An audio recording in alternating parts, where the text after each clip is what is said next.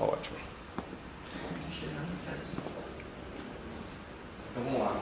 Bom, boa noite. Eu coloquei aqui para gravar. Eu vou falar algumas coisas que para vocês são óbvias, né? Mas de todo modo, como está gravando, vai ficar registrado. Possivelmente a gente vai postar no YouTube depois para ficar registrado o trabalho. Então vou pedir licença para falar algumas coisas que vocês já conhecem, com o intuito mais de promover a integração com os potenciais membros da comunidade externa.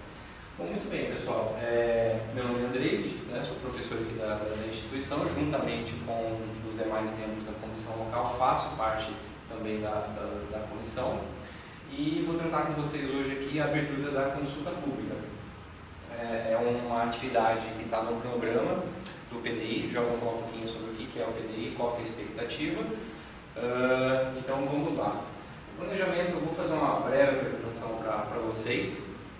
E em seguida, é muito breve mesmo, apresentar alguns dados e como vai funcionar esse processo.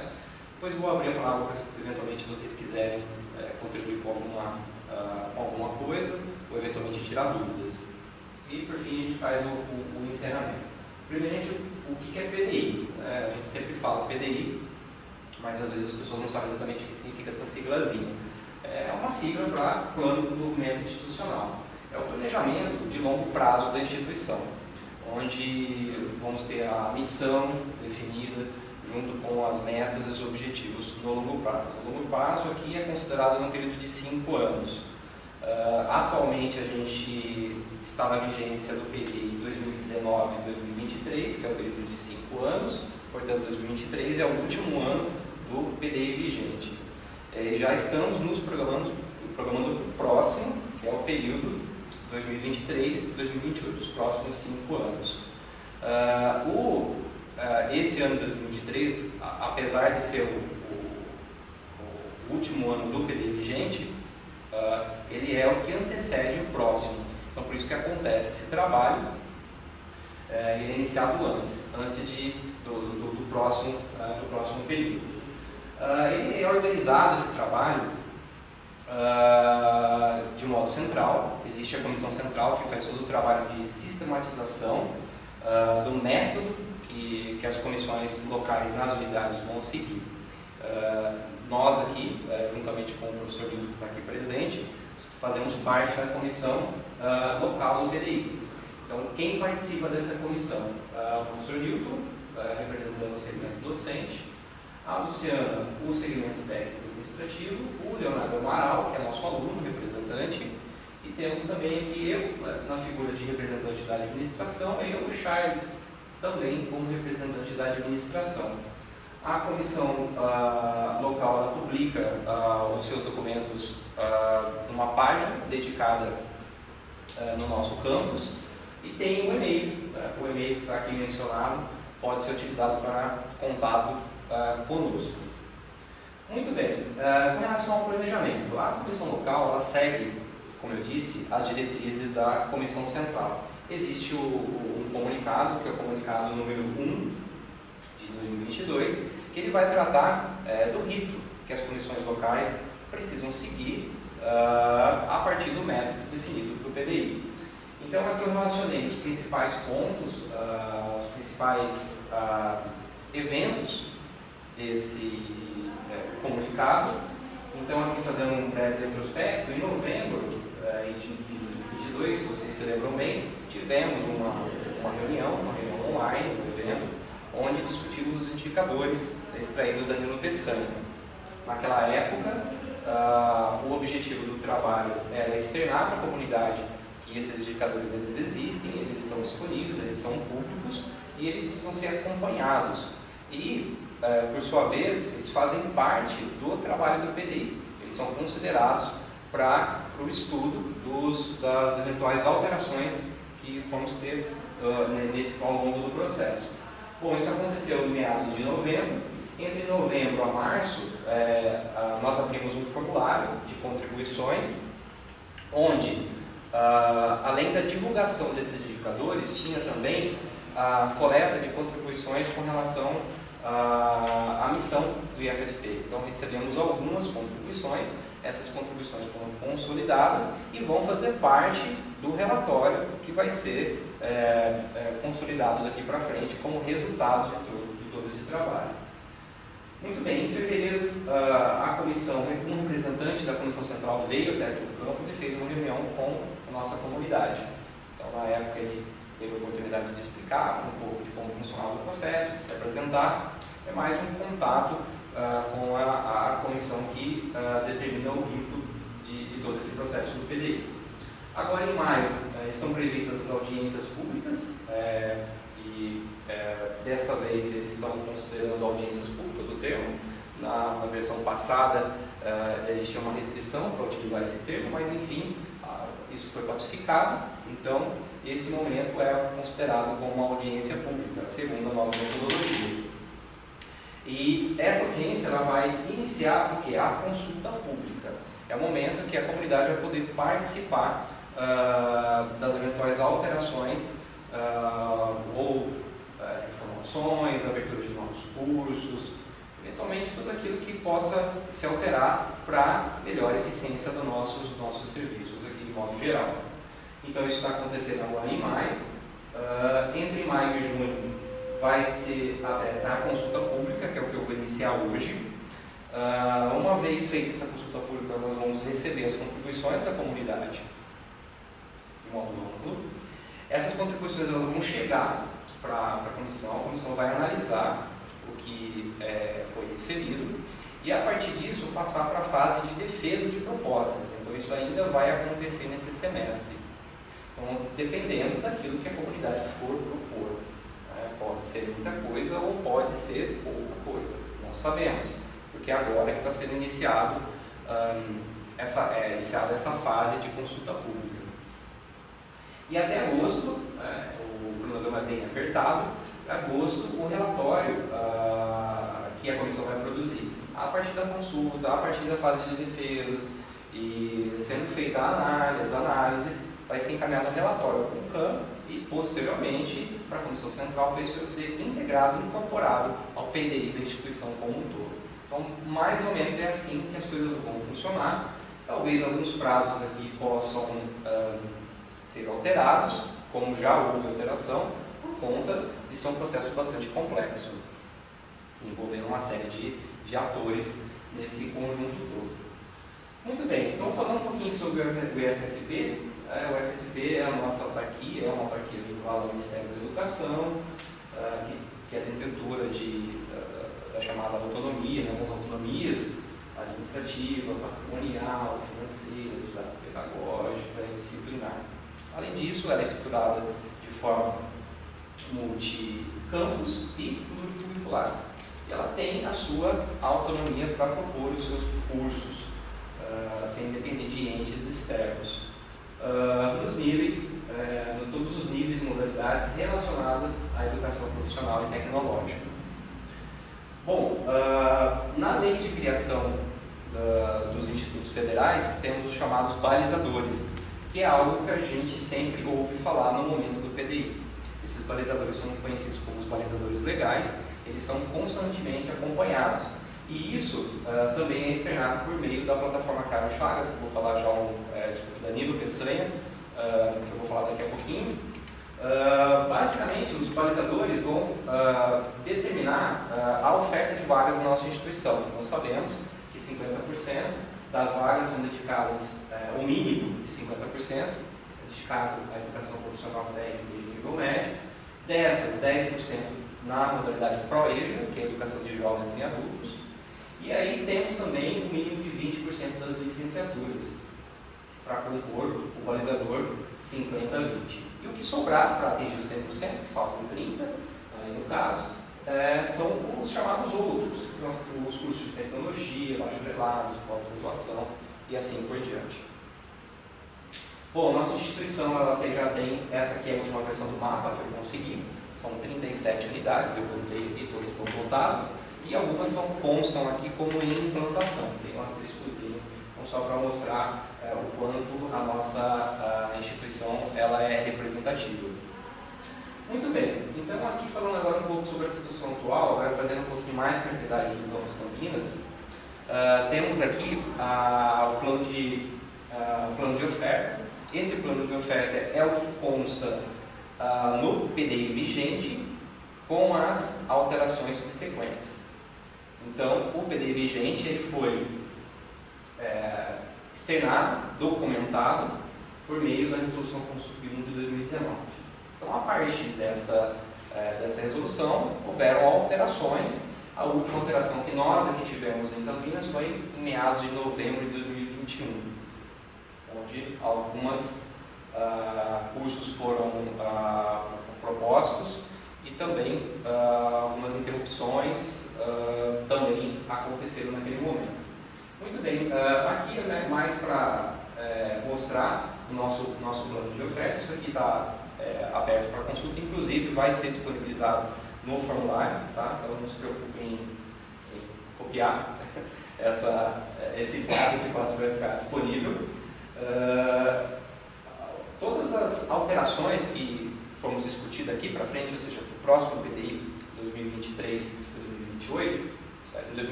né? Vigência 2024, 2028, aí no caso, vão partir desse quadro. Esse aqui é o quadro atual. Então, as alterações a partir daqui.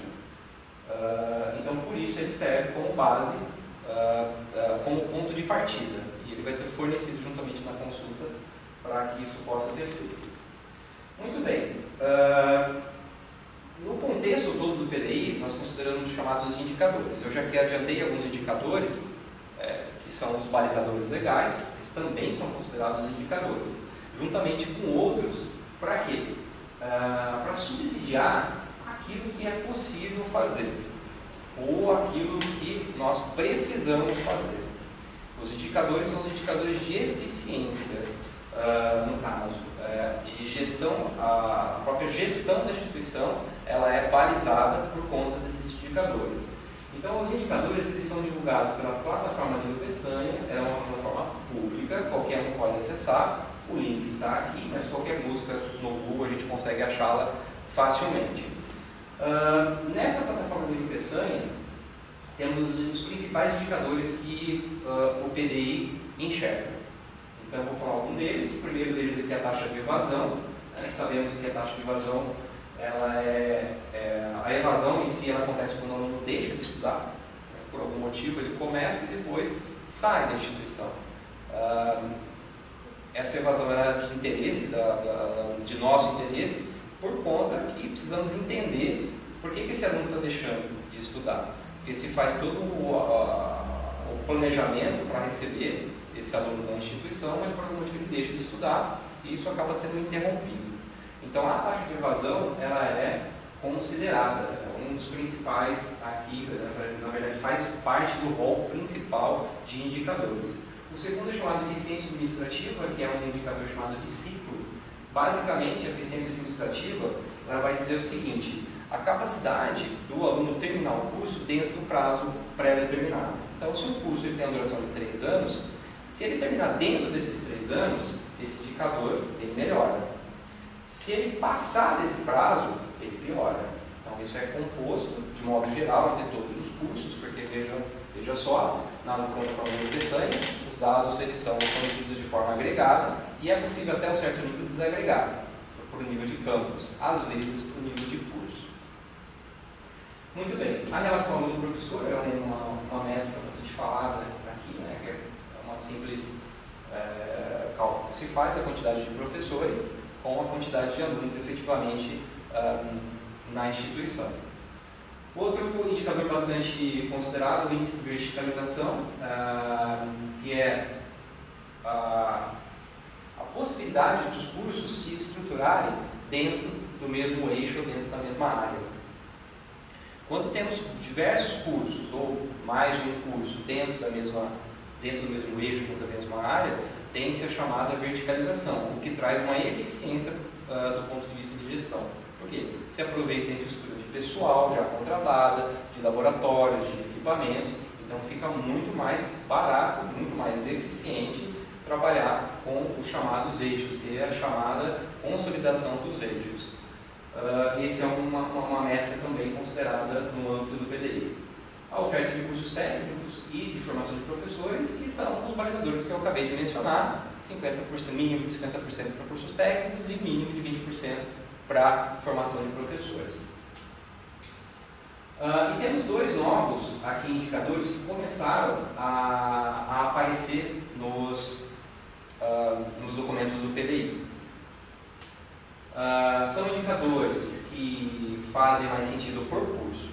O que eu acabei de dizer, esses aqui de cima, eles fazem mais sentido para a unidade, para o Campus Campinas, apesar de ser possível desagregar por nível de curso. No entanto, esses dois últimos aqui, relação de distrito vagas e relação de matrículas vagas, são indicadores que estão sendo considerados. Eles vão começar a figurar nos relatórios a partir de agora. O que é isso? É a procura, é a demanda de um curso. Por exemplo, tem-se um processo seletivo, temos um número de inscritos, barra o número de vagas ofertadas. A razão de uma coisa com outra vai dizer ali a relação inscritos-vagas. E, além disso, temos de matrículas. Porque, veja só, pode ser que um curso apresente uma demanda na inscrição, isso acontece, o que vem aqui como exemplo, nos cursos superiores. O SISU, por exemplo, tem uma amplitude de divulgação, então recebemos muitas inscrições via SISU. Só que nem todas as inscrições do processo seletivo vão, de fato, se matricular. Então aí temos esse outro indicador que é matrículas por vagas, que é de fato no ingresso quantas vagas conseguimos preencher efetivamente. Então isso vai começar a ser monitorado para que um fator de gestão dos cursos. Muito bem, aqui tem um exemplo da plataforma Nilo Peçanha, só para mostrar. A ideia não é se atentar a nenhum número por enquanto, mas só para mostrar que é uma plataforma de consulta livre, ela está aberta, qualquer um pode entrar lá e consultar. Então aqui, por exemplo, está sendo consultado o ano de 2022, e aliás, o ano de 2022 foi liberado recentemente. Até então tínhamos só o ano de 2021. Há cerca de um mês, mais ou menos, os números de 2022 começaram a aparecer. Então já está disponível, já é oficial, está ali, está disponível para consulta. Então 2022 já está disponível. E aqui, por exemplo, essa tela, ela mostra os balizadores legais. Mínimo de 50% técnico, 50% de técnico e mínimo de 20% de formação de professores. Está sendo mostrado também o ProEja. Então esses números são de 2022. Então, por meio da plataforma Nilo Peçanha é possível fazer esse acompanhamento. E também dá para desagregar os dados para chegar no nível de curso, por exemplo. Muito bem, e agora temos aqui, só para mostrar alguns indicadores que estão sendo considerados pela comissão. Esses números e indicadores eles foram extraídos da Nilo Peçanha. Então, se entrarmos na Nilo Peçanha, é só entrar pelo ano e tabular da forma que está sendo colocado aqui. A ideia não é entrar num número em específico, porque não é o objetivo dessa reunião, desse encontro. É só para mostrar que alguns indicadores eles estão sob observação. Então, assim, para mostrar aqui, vamos entender essa tabela. Tem aqui um indicador e aqui os anos. Está sendo apresentado desde 2017. Aqui. E, conjuntamente, para entender cada indicador, se ele é percentual ou se ele é absoluto, a análise, por exemplo, se esse indicador ele no caso, vamos pegar um exemplo que facilita, evasão. A evasão, quanto menor, é melhor. Para nós, é melhor. Já a eficiência administrativa, quanto maior, melhor. Então tem essa análise para ficar claro. A meta, se houver, alguns não temos meta, muito embora consigamos fazer análises em cima dos números, esse é o objetivo. E aqui a comparação dos anos. Então, quais são os indicadores que merecem atenção da nossa parte? Isso precisa ser considerado. No caso, taxa de evasão e eficiência administrativa. Se a gente olhar aqui a série histórica, tivemos aqui uma pequena piora na nossa taxa de evasão. E no caso da eficiência administrativa, também tivemos uma piora nesses números, considerando já o número de 2022. Então, eles foram gravados aqui de vermelho, e a ideia é que eles estão em atenção. Então, ou seja, na propositura de novos cursos ou de eventuais alterações, isso será considerado, além de outros aspectos, claro. Os indicadores de relação número-professor, índice de verticalização e oferta de cursos, nós avaliamos aqui que eles são números adequados. Eles estão sendo acompanhados, obviamente, no entanto, eles estão como adequados nesse momento. E, por fim, aqui, a oferta de formação de professores está aqui em uma tendência de melhora, porque sabemos que recentemente tivemos um curso, foi aberta a turma de licenciatura, que contribui para o indicador de formação de professores. Então, a tendência é que haja melhora, né, nesse indicador, se aproximando do mínimo que é de 20% nos próximos anos. Muito bem, falei que vai ser aberta a consulta pública hoje. A partir de hoje ela já está disponível. Então essa consulta pública vai ficar aberta até o dia 16 de junho. E até lá a comunidade pode se manifestar. Então tem um formulário, esse formulário é guiado. Nesse formulário vão ser mostrados os cursos atuais através do plano de oferta e também as propostas iniciais incluídas já de antemão na consulta pública. Lembrando que quais propostas são essas? Por enquanto, o que nós recebemos por intermédio da direção é a extinção, no caso, a primeira interrupção e posteriormente a extinção do curso EJA-FIC auxiliar em agroecologia. Então isso já consta na consulta. Outras contribuições também podem ser feitas, mas de forma mais aberta. No caso desse, concorda ou não concorda?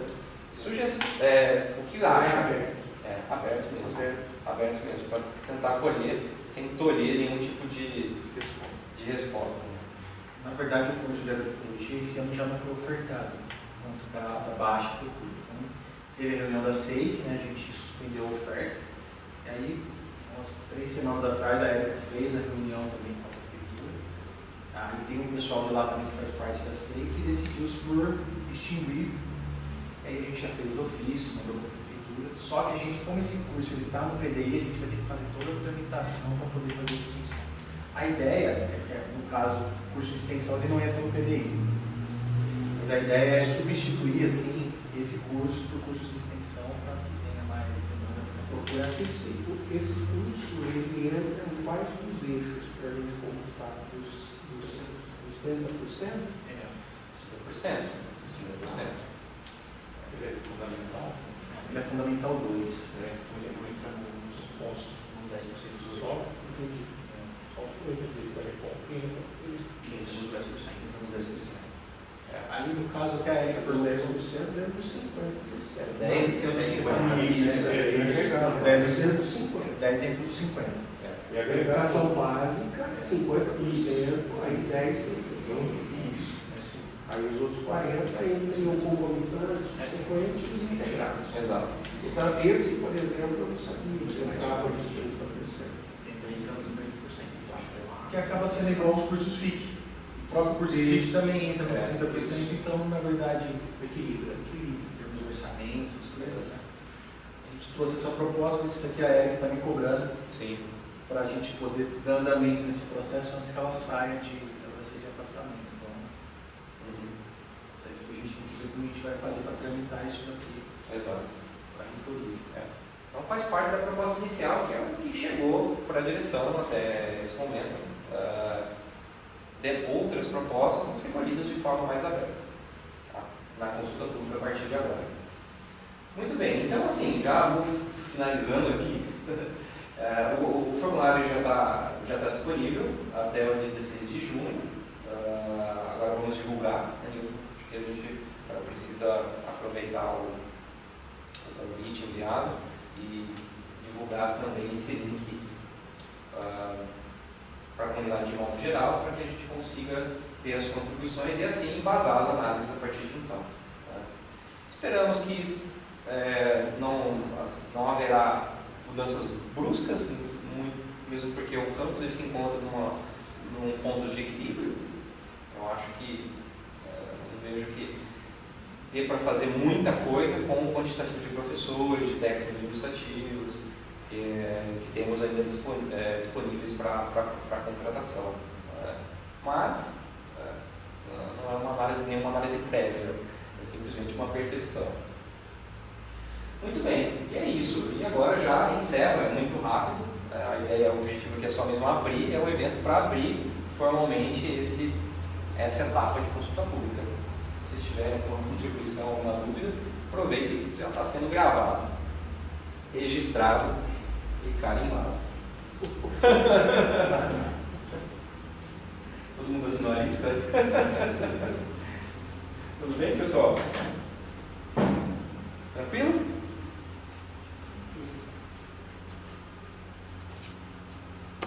Muitos cursos novos lá, Vitor? Muitos cursos novos para criar? Não, já.